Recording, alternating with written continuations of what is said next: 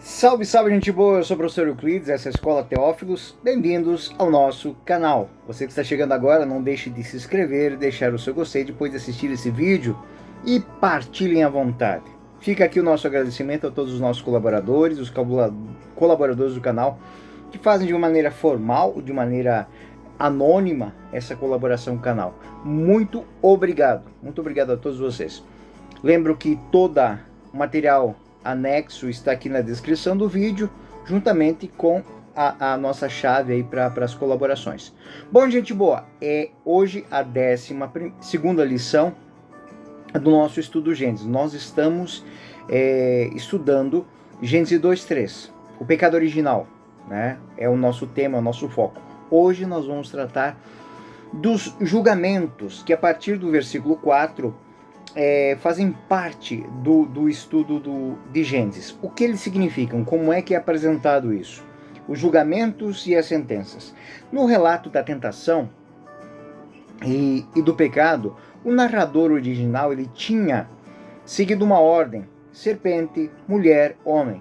Na seção dos interrogatórios e nas perguntas, a ordem foi virada ao contrário, ela foi subvertida, de cabeça para baixo, podemos assim dizer. Então, antes ela tinha ficado a serpente, a mulher, o homem. Depois, na hora do interrogatório, ela ficou o homem, a mulher e a cobra. Então, lembramos aquilo que vimos na última aula.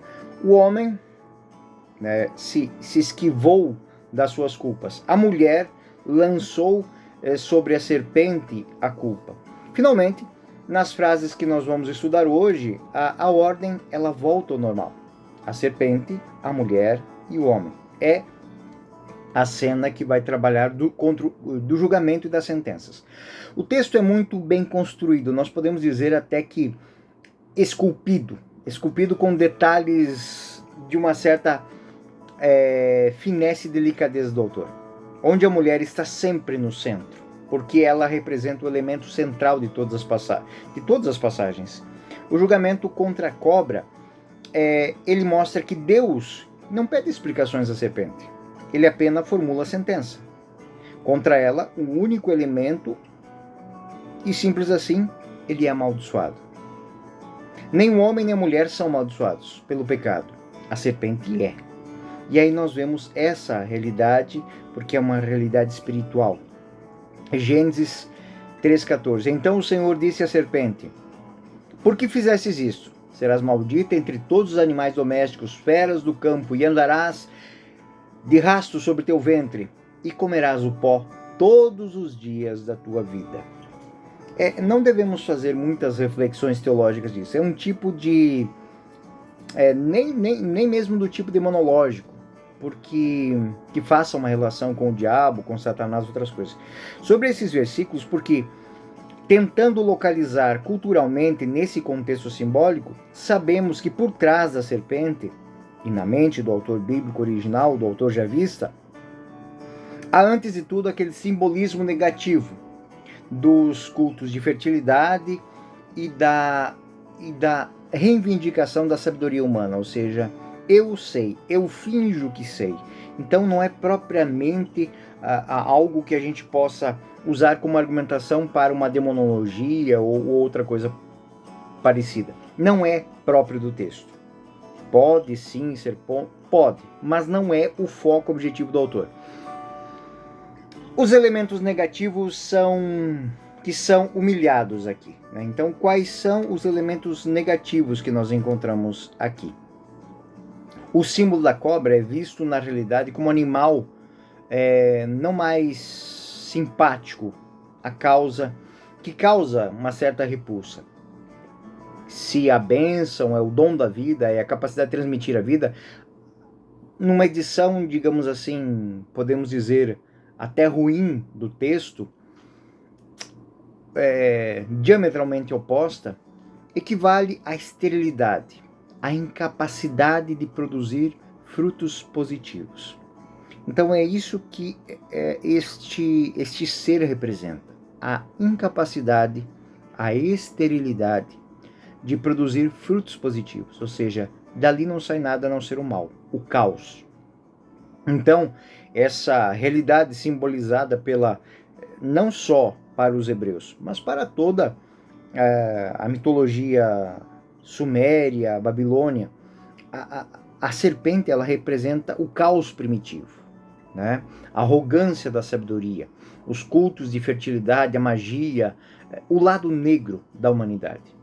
E aqui é declarado como estéril, ou seja, dali não sai nada. Quando o homem se arroga de ser senhor da vida, senhor do conhecimento, ele se encontra nu, ele bate com os seus limites.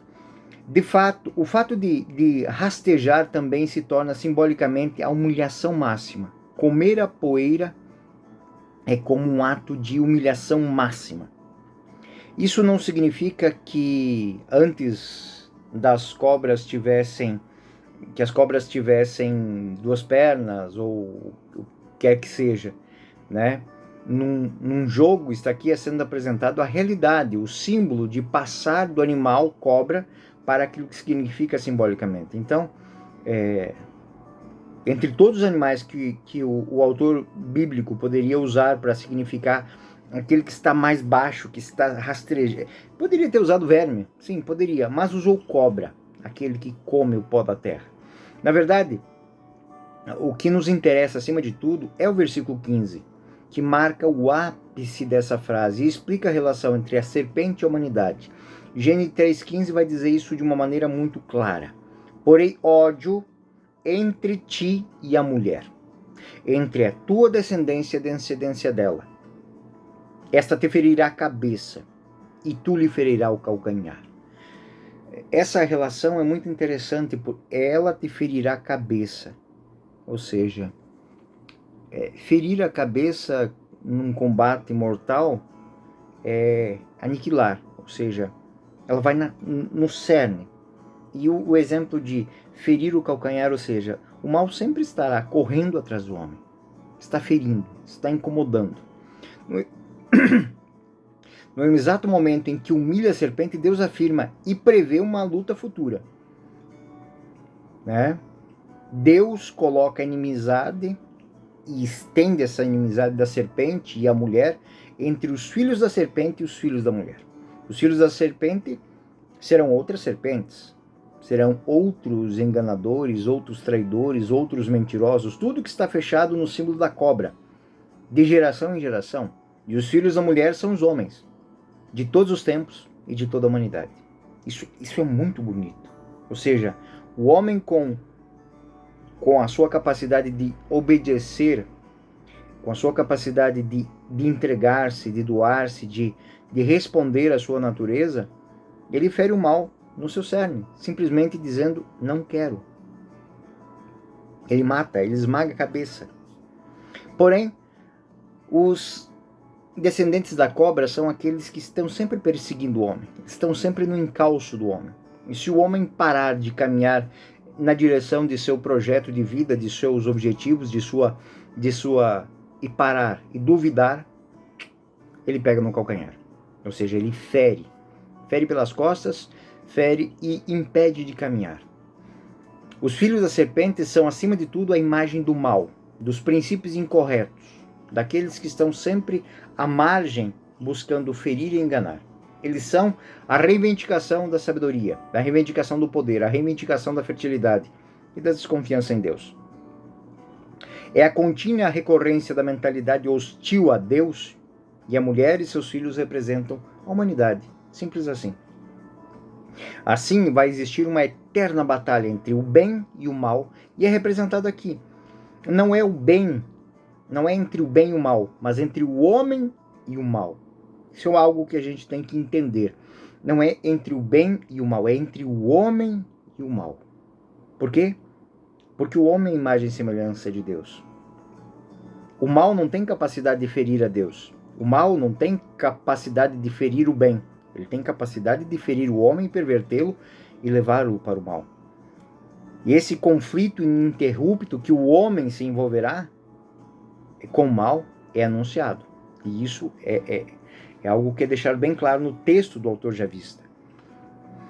Isso é, a lealdade, o nosso autor reconhece bem ser a realidade entre o homem que luta com a situação negativa, que muitas vezes fica fora de si, mas também está dentro. Ele luta com os instintos que levam a cometer o mal. Isso é muito interessante porque é uma luta do homem, interno e externo. O homem externo que luta contra as mazelas do ambiente, as mazelas do mundo, o mundo que entrou num estado de desarmonia por causa da queda. E internos, por todas aquelas dúvidas, medos, angústias que levam o homem a trair a sua natureza. O homem que quer viver bem encontra-se numa eterna luta para viver bem. Luta com aquilo que está no seu ambiente e luta contra aquilo que está dentro de si. Esse desejo de viver bem, de lutar contra o mal, é colocado por Deus no princípio, no início. Mas não só anunciado como uma luta contínua entre dois lados. Não é isso que está aqui. Mas também uma vitória que já está pré-anunciada. A superação pela humanidade, porque ela te ferirá a cabeça. Ela te esmagará a cabeça.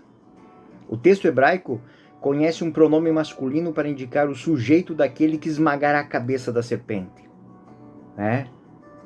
Por isso significa a semente da mulher, ou seja, a sua prole, um filho. A humanidade em geral será vitoriosa contra o mal. O homem tem a capacidade de vencer o mal. A interpretação cristã desse texto viu nele o primeiro anúncio do Messias, ou seja, na verdade esses versos foram chamados num passado de proto-evangelho, ou seja, o primeiro anúncio, o primeiro bom anúncio, o primeiro anúncio da verdade, o primeiro anúncio da boa nova. No exato momento do pecado, a origem de todo o pecado, Deus anuncia a vitória contra o pecado. Um filho da mulher esmagará a cabeça da serpente. A cobra, no entanto, se voltará contra ele. Assim, é imaginado uma cena de um homem que, vendo uma cobra com seu calcanhar, tenta bater nele, esmagando a cabeça. E o movimento instintivo da serpente é virar e morder. Mas o único ponto que ele pode alcançar é o calcanhar.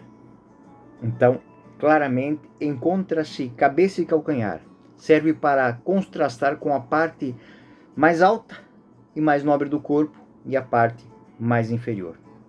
Ou seja, o homem, com seus pés, com a sua liberdade de ir e vir, pode vencer o mal que lhe tenta nos caminhos.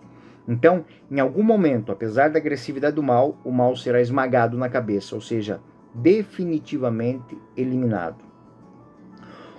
O mal pode tirar a liberdade do homem, pode atrapalhar o seu caminho, mas o homem tem o poder de destruir radicalmente, de finalizar o mal. Na versão latina, não se sabe bem, porque provavelmente um erro de tradução, de cópia, o pronome masculino tornou-se feminino. E assim, o sujeito que esmagará a cabeça foi identificado com a mulher. E isso, na Idade Média, se tornou uma profecia mariana. Sabemos de fato que a representação comum dos imaculados como serpentes sobre os pés, quando a gente olha para a imagem da Imaculada Conceição, nós vemos que sobre os pés da Imaculada Conceição está o quê? Uma serpente, e ela esmaga essa serpente, representando Maria como mãe do Messias que esmaga a cabeça. No entanto, no texto, a correção teológica é que a vitória do mal não é de Maria, mas é de Cristo. É Cristo que vence o mal. Maria é salva de todos os homens de uma forma especial e de uma forma antecipada, de uma maneira maravilhosa. Ela salvará a humanidade quando se abrir para Deus. Mas ela, anteriormente, ela prenuncia a salvação porque é salva por Deus.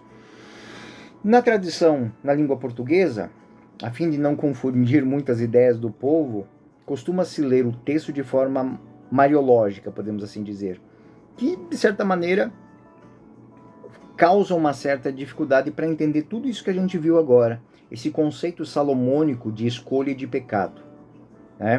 Tendo uma vez dois substantivos femininos, mulher e linhagem, o uso de um pronome feminino, esta, torna o texto suscetível a algumas interpretações dúbias. Por isso, é muito importante a gente notar, e eu quero que vocês leiam o texto para fazer isso, que não temos como tradição mesopotâmica uma condenação à humanidade. Então, a humanidade, no conceito mesopotâmico, é aquele que é ferido do pecado. O seu destino é o mal, a morte, a desgraça, o sofrimento. Foram criados para isso. Na visão do autor javista, o homem não foi criado para isso. O homem foi criado para vencer até mesmo as suas próprias fraquezas, fraquezas que ele aderiu. A promessa de uma vitória da humanidade não é uma página escura da nossa história, mas é uma página já inundada com a luz, ou pelo menos algo que projeta a humanidade em direção à luz. E aí, isso nos leva a outra palavra, a sentença para a mulher. Gênesis 3,16. Cada versículo vai conter um desses. Disse também a mulher, já havia falado a cobra, agora vai falar a mulher. Multiplicarei os teus sofrimentos, os sofrimentos de teu parto. Darás à luz com dores. Teus desejos te impelirão para o teu marido, e tu estarás sob seu domínio. Nas palavras dirigidas à mulher e ao homem, não encontramos uma condenação, mas uma forma literária de indicar uma desarmonia. E a interpretação teológica dessa desarmonia, à luz do pecado, o autor não mostra, não quer que signifique expressamente uma realidade causada pelo pecado. No sentido de que, por exemplo, se o homem não tivesse pecado, o parto não teria dores, seria indolor. Não é isso.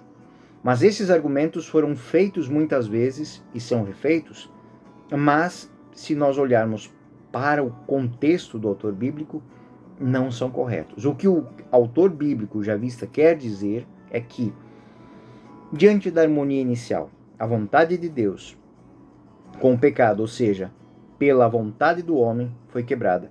Então o homem cria um caminho de dor, um caminho de sofrimento, do momento em que nasce ao momento que vence a última batalha contra o mal. E aqui enfatizamos, nos comentários sobre a primeira tabela, essa tríplice harmonia, homem e Deus, homem e criação, homem e mulher, é quebrada. Ou seja, há uma ruptura. Na primeira tabela, que é a tabela da criação, apresenta-se o fato, uma perfeita harmonia com todas as frentes, com todos os homens. Mas então, se olharmos para a realidade, percebemos que essa harmonia, de fato, ela já não existe mais. Não existe com Deus, não existe com o mundo, e não existe com o seu semelhante, com o nosso vizinho. O autor javista, então, a partir dessa realidade negativa, a partir dessa presença desarmônica em sua história, dá a presença do mal e do pecado. E pergunta, por que isso? Por quê? Da mesma maneira que os antigos sábios, estudiosos mesopotâmicos, haviam se perguntado nas suas fábulas, nas suas histórias, nos seus contos, por que os deuses são maus? Por que os deuses nos exploram? Por que os deuses nos odeiam?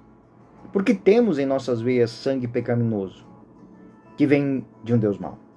O mal não é culpa nossa, o mal é culpa deles.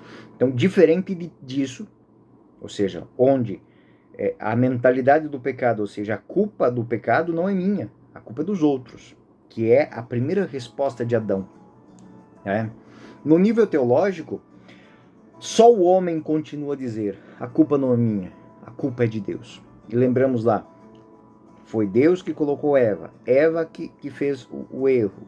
Quem colocou Eva junto do homem foi Deus, então a culpa é de Deus.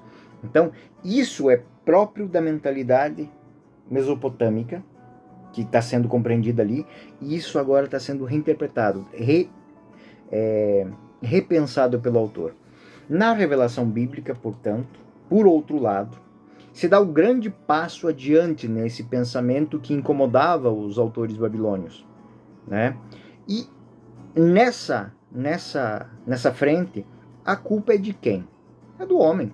O homem que é livre. Tanto homem quanto mulher são livres para Pisar na cabeça da serpente no momento em que ela mente, que ela engana, que ela cria imagens, é não desconfiar de Deus. É não trair a Deus, é não desobedecer a Deus. Mas eles fizeram isso. Fizeram isso porque eram livres para fazer isso e fizeram. A intenção original de Deus é de que as coisas aconteçam de uma maneira ordenada, pronta, precisa, benéfica e perfeita, do ponto de vista do homem. Por quê? Eu não mereço isso. É uma falta de conhecimento da sua própria natureza. É uma falta de amor a si próprio. E aí a desarmonia está instaurada.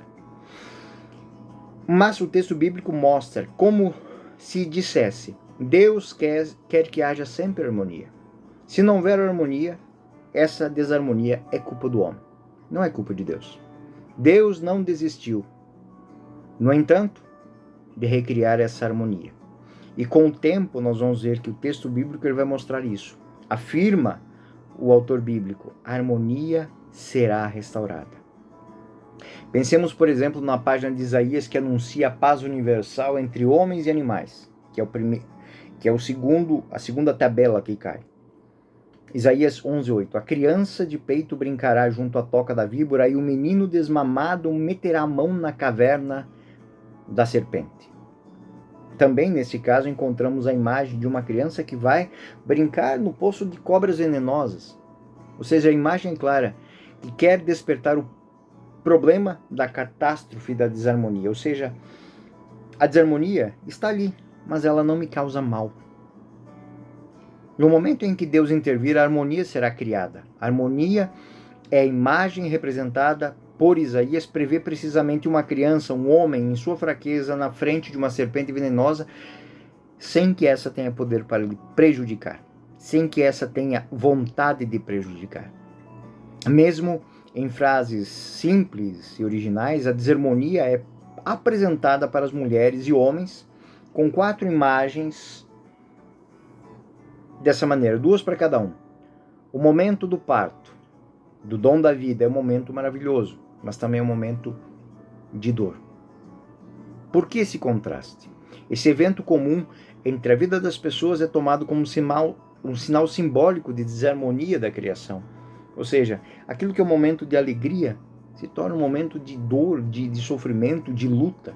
O momento da vida, do nascimento, ele é tremendo, é dor. É uma dor que chega à beira da morte.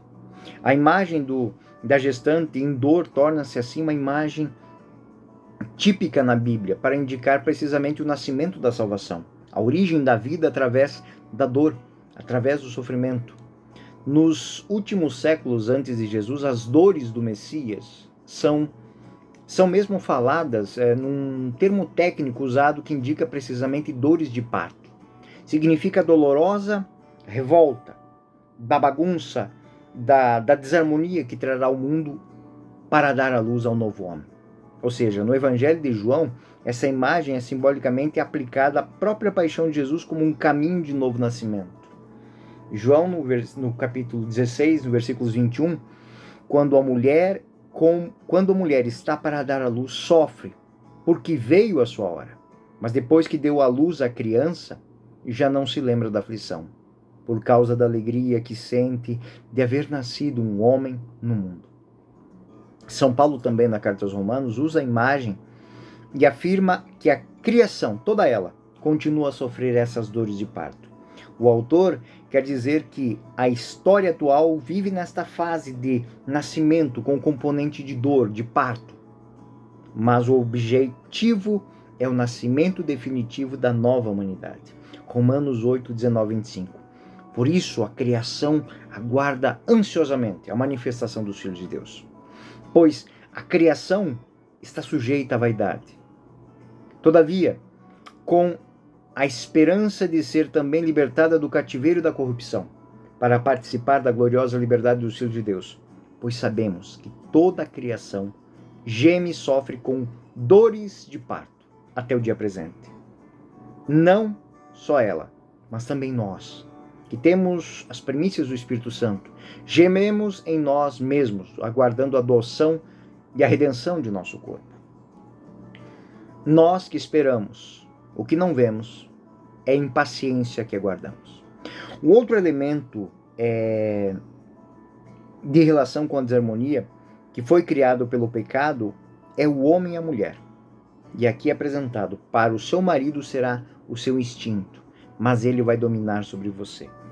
Então, o Ish e o Isha, que são osso de meus ossos, carne de minha carne, que está lá na canção de louvor, aquela canção nupcial, agora essa relação entre a carne e os ossos, entre o homem e a mulher, ela é quebrada. E aí a situação social concreta apresenta o autor uma cena da mulher submissa, explorada, dominada, escravizada. Então, este estado de coisas que é desarmonioso não está nos planos de Deus, porque não é o plano original. É porque alguém foi contra o plano de Deus. É por isso que se instaurou essa desarmonia, esse desejo de posse, esse desejo de opressão. Mas ele não é originariamente vontade de Deus, que o colocou homem e mulher um fronte ao outro. Um olhando e dizendo: tu é carne de minha carne, sangue de meu sangue, osso de meus ossos. Esta sim é alguém feita para mim. É a consequência do pecado do homem, da desarmonia das vontades do homem contrárias às vontades de Deus. É isso que gerou a desarmonia, é isso que gerou o afastamento.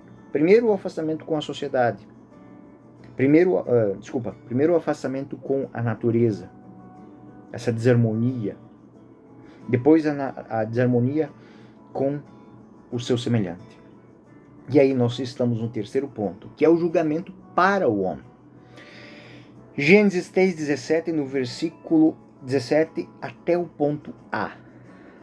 E disse em seguida ao homem: porque ouviste a voz de tua mulher e comeste o fruto da árvore que te havia proibido de comer, maldita seja a terra por tua causa.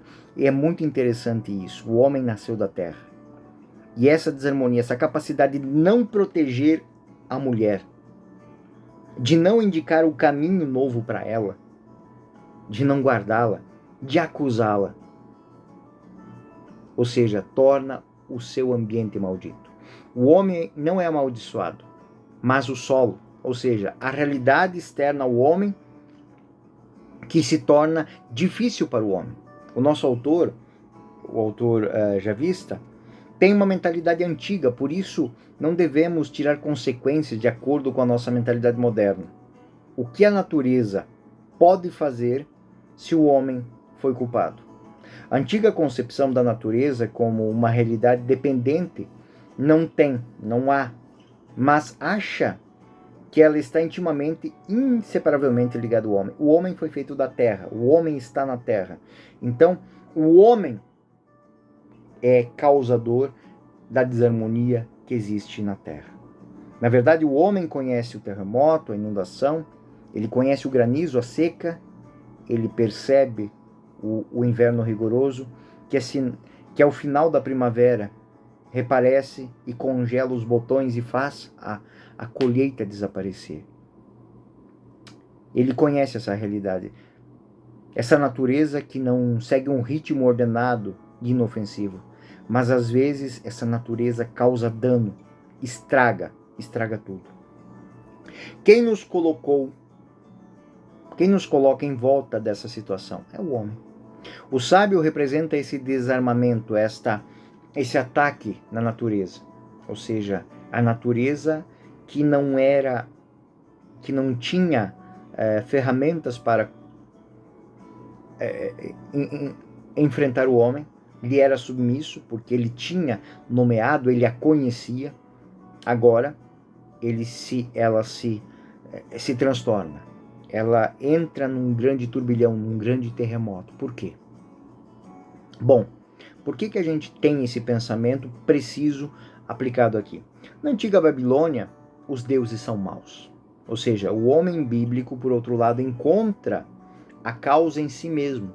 Então a natureza se torna má, não por causa dos deuses, mas porque o homem não confia em Deus. Gênesis 3:17b-19. Tirará dela com trabalhos penosos teu sustento todos os dias de sua vida. Ela te produzirá espinhos, abrolhos, e tu comerás a erva da terra. Comerás teu pão com o suor do teu rosto, até que voltes à terra de que foste tirado, pois és pó, e ao pó hás de tornar. Então essa desarmonia do homem e da terra revoca a origem do homem, que é a terra. E uma outra grande desarmonia, a morte. O homem descobre seu medo da morte. O homem vive a morte como uma angústia. A experiência da morte dos outros e da sua própria, ela é esperada e é temida. Por quê? Porque essa situação, o autor antigo pergunta, precisamente porque há desarmonia com Deus. O homem tem medo da morte porque não confia em Deus. O texto bíblico não significa que, se o homem não pecar, não morrerá. Não é essa a realidade. É que a morte deixou de ser algo natural e passou a ser algo terrível, algo desconhecido, algo que encaminha para o desconhecido. Então, em vez disso, ele apresenta que essa angústia da morte, ela causa pesadelo, ela causa tristeza, né? Entre os muçulmanos existe uma lenda, né, que fala da morte de Abraão, que é o amigo de Deus. E quando o anjo da morte se apresenta a Abraão, esta lenda diz, não é possível. Você já ouviu um amigo, ou seja, Deus, pedir a morte de outro amigo? O anjo da morte respondeu a Abraão, você já viu um amante recusar-se a abraçar o seu amado, a sua amada? Abraão disse, leve-me. Esta é uma visão completamente diferente da morte, ou seja, a morte é uma passagem. A morte é uma porta que me mantinha longe que se abre para me colocar junto. Assim, o suor da testa, os trabalhos da terra, o medo de voltar à poeira são sinais de desarmonia, mas que nos encaminham para o encontro. E este mundo e essa realidade de suas desarmonias, elas findam quando findar a desconfiança. A desconfiança que existe entre o homem e Deus. E aí, o último texto que nós temos é o nome imposto à mulher. Gênesis 3:20. Adão pôs à sua mulher o nome de Eva, porque era mãe de todos os viventes. Nesse ponto, após as sentenças, o homem impõe à mulher o nome à mulher. E dar o nome, ele não havia feito isso. Antes ela se chamava Oma, ou seja, humanidade. Agora ele cria uma distinção. O homem dá o nome mulher, ou seja, ele mostra-se diferente.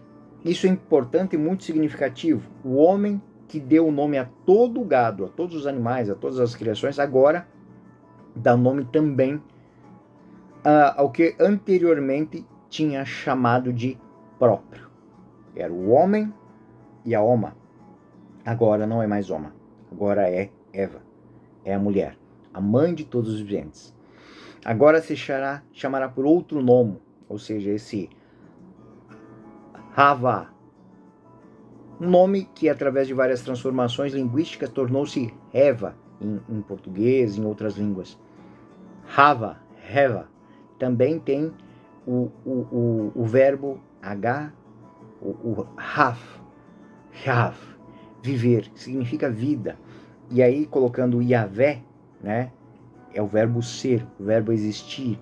Então, há um elemento negativo no esquema narrativo, o fato do homem impor à mulher algo diferente ao seu nome. Mas, isso marca o início de uma dominação.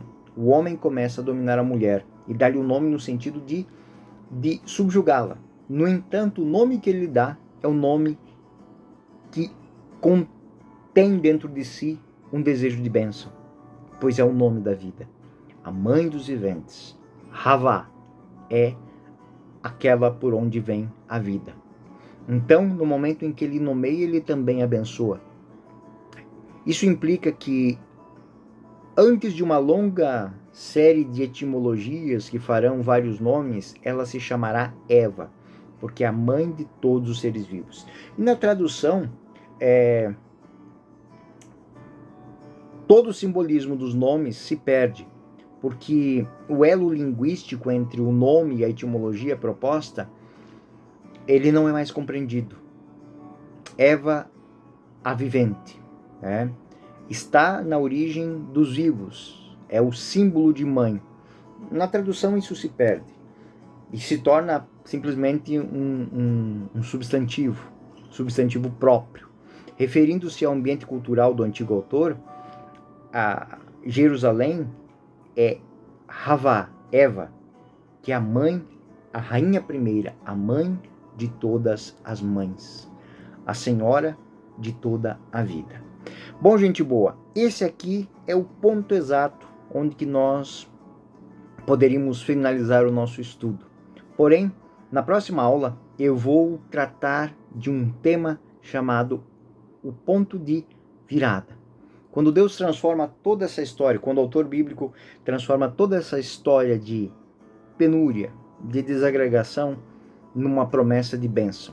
Como Deus vem ao encontro do homem e transforma a sua última sentença num ato de misericórdia. Eu sou o professor Euclides, essa é a Escola Teófilos. Até o próximo vídeo e muito obrigado por dar audiência ao nosso canal. Fique com Deus, até a próxima.